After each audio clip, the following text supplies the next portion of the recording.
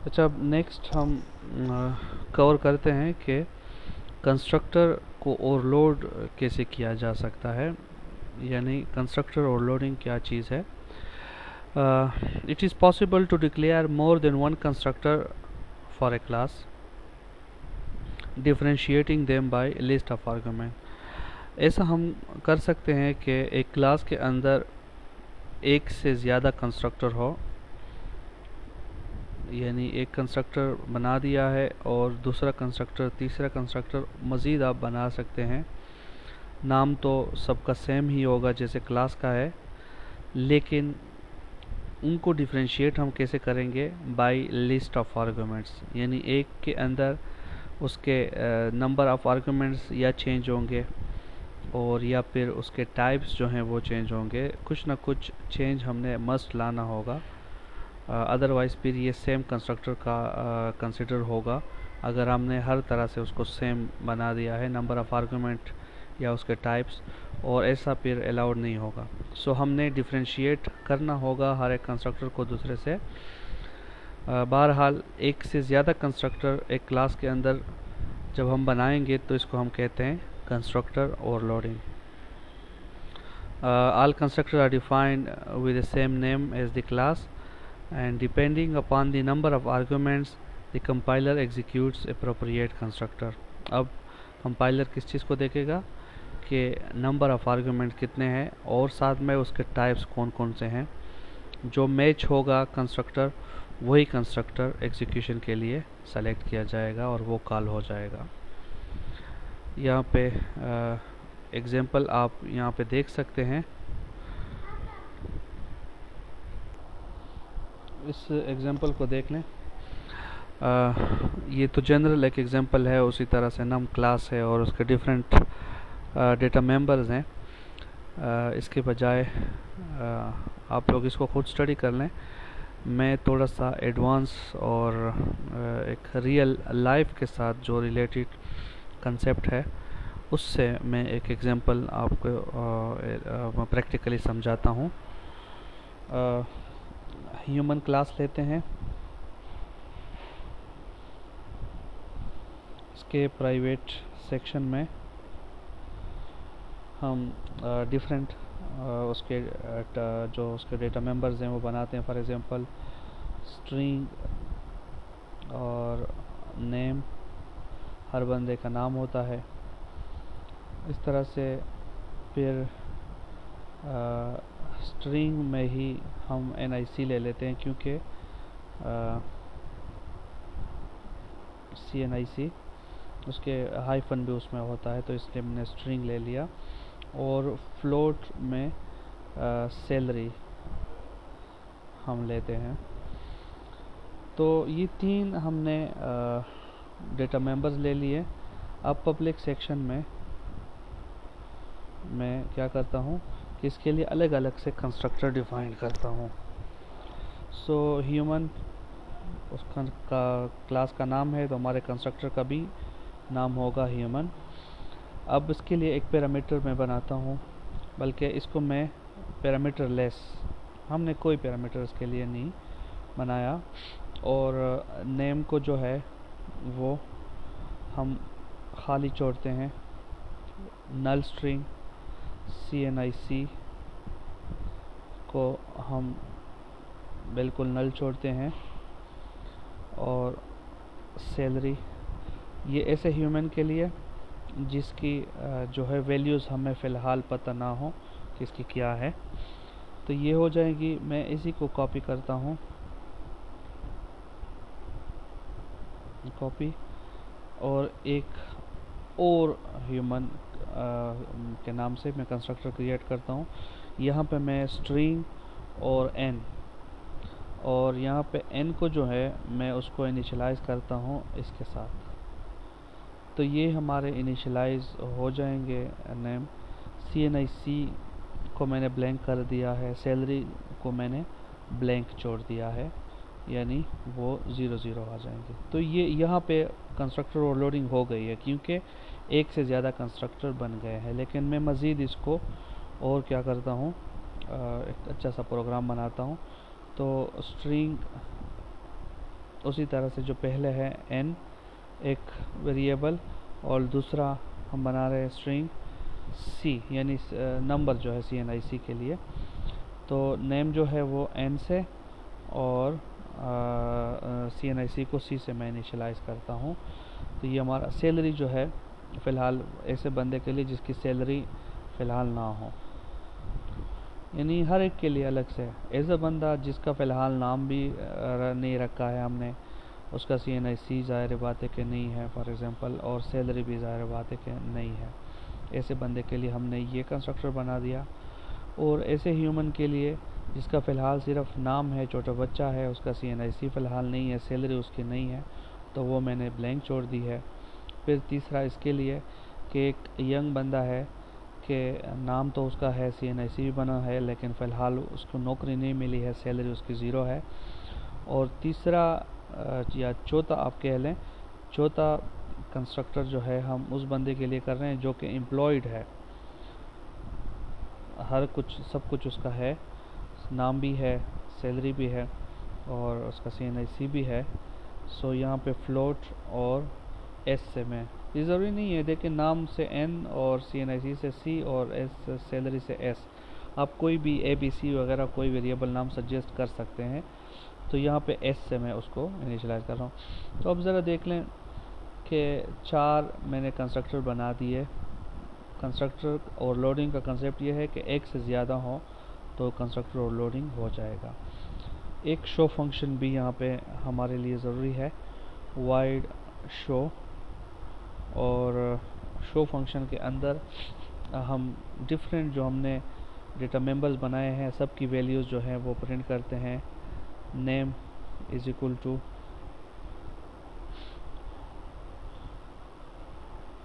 सही है, और यहाँ पे नेम आ जाएगा। इसी लाइन में CNIC भी मैं देता हूँ, थोड़ा सा स्पेस मैंने दे दिया। मेरे इसमें बैकस्लैश काम नहीं करता, तो मैं कीबोर्ड जो है से ये बैकस्लैश ज़रा कॉपी कर देता हूँ। बैकस्लैश T मैं यहाँ पे लाना चाहता हूँ, ये देखें, बैकस्लैश T और CNIC इज इक्वल टू, और यहाँ पे CNIC की वैल्यू प्रिंट हो जाएगी। और फिर इसमें सैलरी भी हमें ज़रूरत है, तो हम फिर से बैकस्लैश T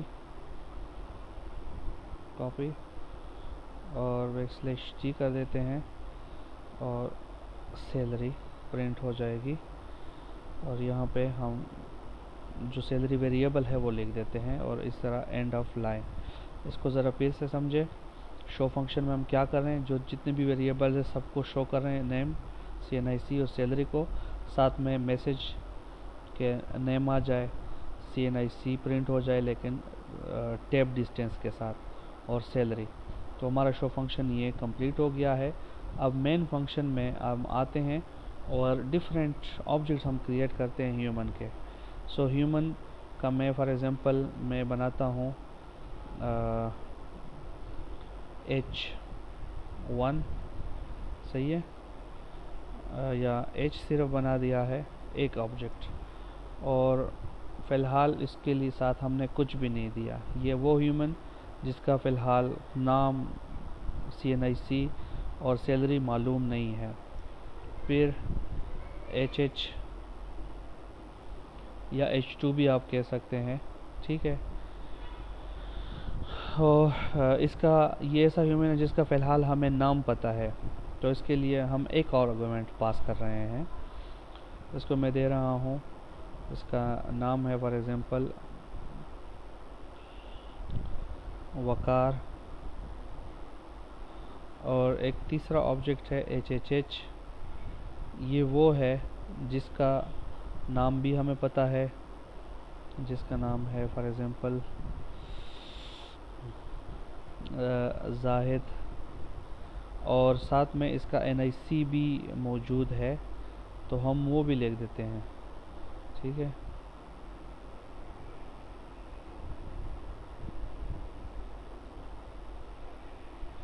ये हमने बना दिया।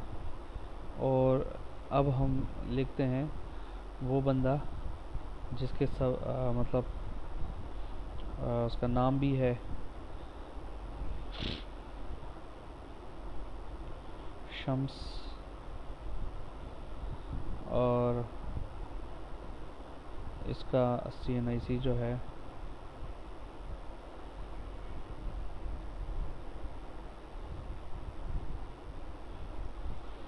और इसकी सैलरी जो है वो 55,000 है। ये तो 4 ऑब्जेक्ट्स हमने बना दिए।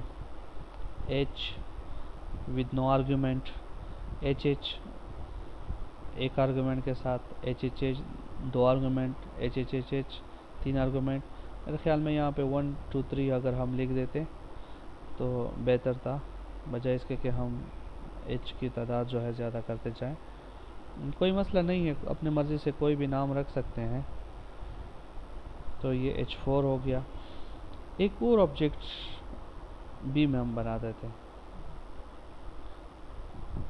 कॉमा लगाकर एक और ऑब्जेक्ट काशिफ के नाम से बना दिया है। और अब क्या करता हूँ, इन 5 ऑब्जेक्ट के साथ शो फंक्शन में कॉल करता हूँ बारी बारी। H1 dot show,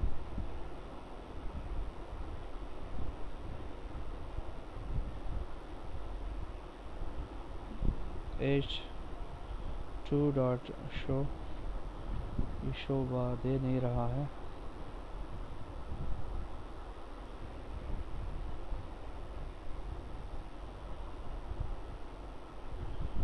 H3 dot show,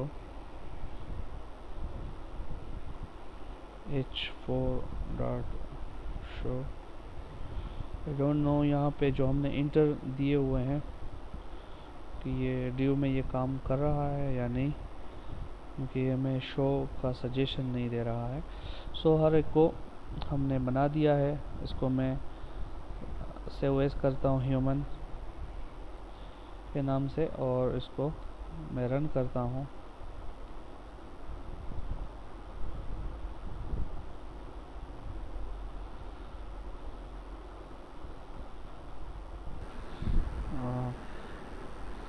यहाँ पे जो डिफ़ॉल्ट कंस्ट्रक्टर हमने बनाया हुआ है ये एरर दे रहा है। इसको मैं कमेंट करता हूँ। सच इस तरह कोई एरर होता नहीं है, लेकिन आई डोंट नो कि यहाँ पे ये क्यों एरर दे रहा है। अब हमने क्या कर दिया है कि 1 आर्गुमेंट कंस्ट्रक्टर के साथ, 2 के साथ, 3 के साथ और फिर 1 के साथ कॉल किया है और हम इसको रन करते हैं तो ये हमें आउटपुट देता है। फर्स्ट जिसका सिर्फ नाम है वकार, तो वो दिया है CNIC, उसने कुछ नहीं दिया, सैलरी 0 है। इस तरह से नाम जाहिद CNIC के साथ और सैलरी 0। तीसरा जिसके साथ तीनों वैल्यूज़ हैं हमारे पास, शम्स, CNIC और सैलरी 55,000, ये हमें वैल्यू दे रहा है। तीसरा चौथा जो हमने काशिफ के साथ किया हुआ था, उसको पैरामीटर काशिफ पास किया था, तो नेम काशिफ, CNIC 0, सैलरी 0। तो यानी अप्रोप्रिएट वर्जन कंपाइलर सेलेक्ट करता है और उसी के मुताबिक हमें रिज़ल्ट दे देता है। तो ये एक अच्छा सा एग्जांपल यहाँ पे आपके पास है और आप ये वाला भी कर सकते हैं। इसमें देखें कि ये 3 आर्गुमेंट कंस्ट्रक्टर है, ये 2 आर्गुमेंट कंस्ट्रक्टर और ये नल डिफ़ॉल्ट कंस्ट्रक्टर, इसमें कोई बी वैल्यू हमने पास नहीं की है। तो अब यहाँ पे ऑब्जेक्ट हम बना रहे हैं नम क्लास का 3 आर्गुमेंट के साथ और फिर शो करते हैं 2 आर्गुमेंट के साथ और फिर विदाउट आर्गुमेंट। तो अप्रोप्रिएट वर्जन कंपाइलर सेलेक्ट करेगा और हमें इस तरह से आउटपुट देता है। आप लोग मैसेज भी अगर चाहें तो हर कंस्ट्रक्टर के अंदर मैसेज प्रिंट कर सकते हैं। जैसे ये देखें, constructor with 3 argument, constructor with 2 argument, ताकि हमें पता चल सके कि किस वक्त कौन सा कंस्ट्रक्टर एग्जीक्यूट हो रहा है। नेक्स्ट जो टॉपिक है इस चैप्टर में वो है डिस्ट्रक्टर। नाम से ज़ाहिर है कंस्ट्रक्टर अगर ऑब्जेक्ट को बनाता है तो डिस्ट्रक्टर डिस्ट्रॉय करता है। So destructor is also special member function like constructor, constructor की तरह ही एक स्पेशल मेंबर फंक्शन है। और डिस्ट्रक्टर जो है it destroys the object that is created by constructor, और इसका नाम जो है destructors have the same name as their class, constructor का भी वही नाम होता है। तो दोनों में डिफरेंस क्रिएट करने के लिए destructor is preceded by a tiled operator, ये टाइल्ड ऑपरेटर जो होता है इससे हम उसको प्रिसीड करते हैं, जिससे हम उसको शनाख्त कर सकते हैं कि ये डिस्ट्रक्टर है। Destructor doesn't have return type nor even wide, constructor की तरह डिस्ट्रक्टर की भी रिटर्न टाइप नहीं होती और इवन इसको हम वाइड भी नहीं रख सकते। Only one destructor can be defined in a class.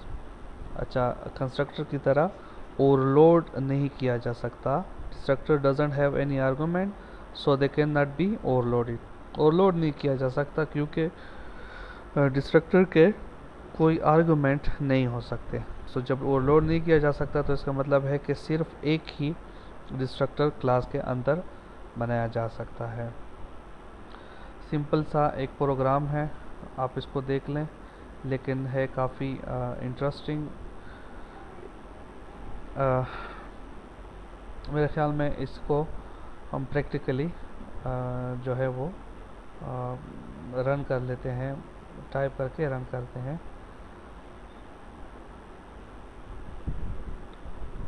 इसको मैं ख़त्म करता हूँ ह्यूमन क्लास को। अच्छा, सबसे पहले एक वेरिएबल हम यहाँ पे ले रहे हैं सी, इसकी वैल्यू इनिशियलाइज कर रहे हैं 0 से। ये एक ग्लोबल ऑब्जेक्ट है। इसके बाद क्लास बना रहे हैं, क्लास फॉर एग्जांपल नम जो हम बनाते चले आ रहे हैं प्राइवेट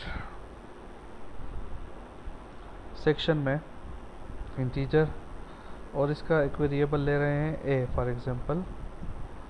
अब पब्लिक सेक्शन डिक्लेयर करते हैं और इसके अंदर नम क्लास इसका कंस्ट्रक्टर बनाते हैं नम। अगर हम अपने लिए मैसेज प्रिंट कर दें सी out constructor called,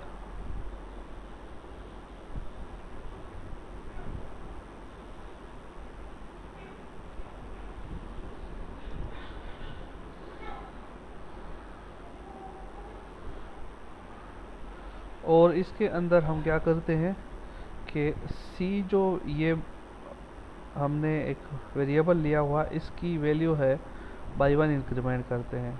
so c is equal to c plus 1 या सी प्लस प्लस भी हम लिख सकते थे। तो ये कंस्ट्रक्टर कॉल हो जाएगा और सी की वैल्यू जो है वो क्या हो जाएगी, इंक्रीमेंट हो जाएगी। हर बार जब कंस्ट्रक्टर कॉल होगा तो सी की वैल्यू हम इंक्रीमेंट करते हैं और साथ में सी की वैल्यू प्रिंट भी करते हैं ताकि हमें पता चल सके, यानी इसके थ्रू हम ऑब्जेक्ट की आइडेंटिफिकेशन करते हैं। सो ऑब्जेक्ट नंबर,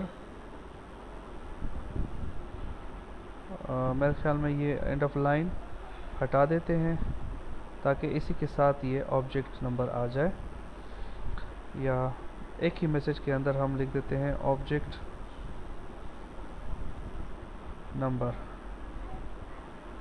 सो यहाँ से मैं हटा देता हूँ और इस लाइन को भी यहाँ से हटा के यहाँ पे ले आता हूँ ताकि पहले इंक्रीमेंट हो जाए सी की वैल्यू और बाद में हम उसको प्रिंट कर सके। सो कंस्ट्रक्टर कॉल ऑब्जेक्ट नंबर, यानी किस के लिए कंस्ट्रक्टर कॉल हुआ है, किस ऑब्जेक्ट के लिए, ऑब्जेक्ट नंबर को लिख देते हैं। या हम ये भी लिख सकते हैं constructor call for object number और सी की वैल्यू यहाँ पे प्रिंट कर देते हैं। ये ज़ाहिर यहाँ पे ख्याल रखें कि सी की इंक्रीमेंटेड वैल्यू होगी, यानी सी पहले 0 था, जैसे ही कंस्ट्रक्टर कॉल हो जाएगा तो सी की वैल्यू इंक्रीमेंट हो जाएगी और वो इंक्रीमेंटेड वैल्यू यहाँ पे आपने प्रिंट करनी है। तो इससे हमें पता चलेगा कि कौन सा ऑब्जेक्ट अभी क्रिएट हुआ है। और साथ में हम एक डिस्ट्रक्टर भी बनाते हैं अब इसके अंदर पहले ऑब्जेक्ट को डिस्ट्रॉय, इसके लिए मैसेज प्रिंट करते हैं, डिस्ट्रक्टर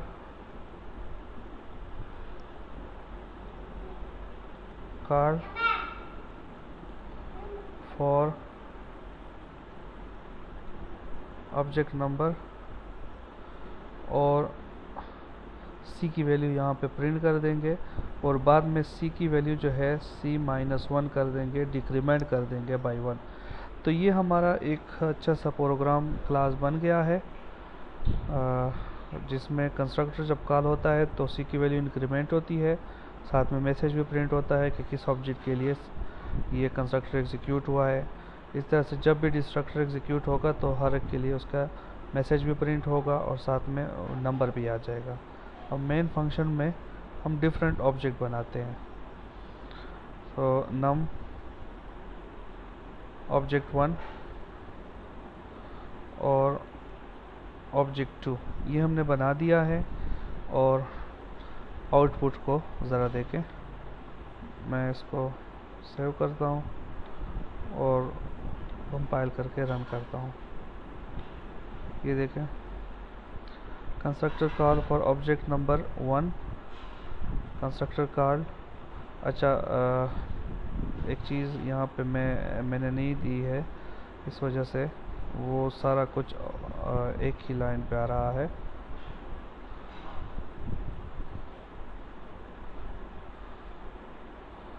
सो अब आउटपुट को ज़रा देखें, मैंने एंड ऑफ लाइन इंसर्ट कर दिया है।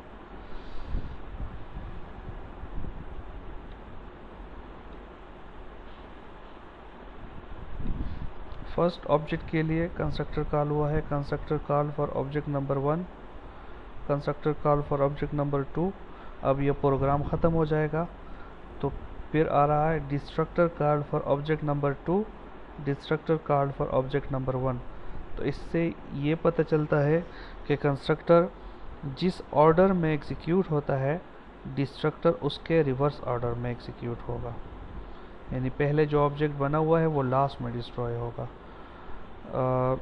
एक और ऑब्जेक्ट हम बनाते हैं, लेकिन ऑब्जेक्ट बनाने से पहले मैं एक मैसेज प्रिंट करता हूँ कि इन ब्लॉक, या मैं कहता हूँ इनसाइड ब्लॉक। एक ब्लॉक के अंदर हम इंटर हो रहे हैं। ये देखें, ये मैंने एक ब्लॉक क्रिएट कर दिया, कोई नाम नहीं है इसका, अपने लिए एक मैसेज प्रिंट कर दिया इनसाइड ब्लॉक, यानी ब्लॉक के अंदर इंटर हो रहे हैं। और नम क्लास का एक ऑब्जेक्ट बना रहा हूँ obj3, और यहाँ पे ये ब्लॉक ख़त्म भी हो जाएगा। सो इसके बाद मैं एक और मैसेज प्रिंट करता हूँ outside the block. Outside the block है, लेकिन मेन फंक्शन के अंदर ही फ़िलहाल हम हैं, ठीक है। और उसके बाद फिर प्रोग्राम एंड हो जाएगा। सो अब आउटपुट को ज़रा देखें।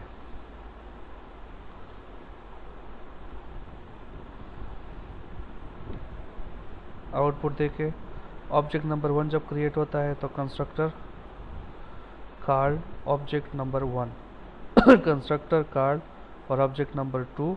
इसके बाद ये देखें इनसाइड ब्लॉक आ रहा है और ऑब्जेक्ट 3 क्रिएट हो रहा है, तो constructor called for object number 3, object number 3 के लिए कंस्ट्रक्टर कॉल हो रहा है। और इसके बाद चूंकि ऑब्जेक्ट नंबर 3 ब्लॉक ख़त्म होगा तो उसके लोकल जितने भी वेरिएबल ऑब्जेक्ट्स हैं सारे डिस्ट्रॉय हो जाएंगे। तो मैसेज आ गया destructor called for object number 3, और चूंकि प्रोग्राम यहाँ पे ख़त्म हो जाएगा तो फिर अच्छा, प्रोग्राम ख़त्म होने से पहले एक और मैसेज है आउटसाइड द ब्लॉक, तो आउटसाइड द ब्लॉक आ गया।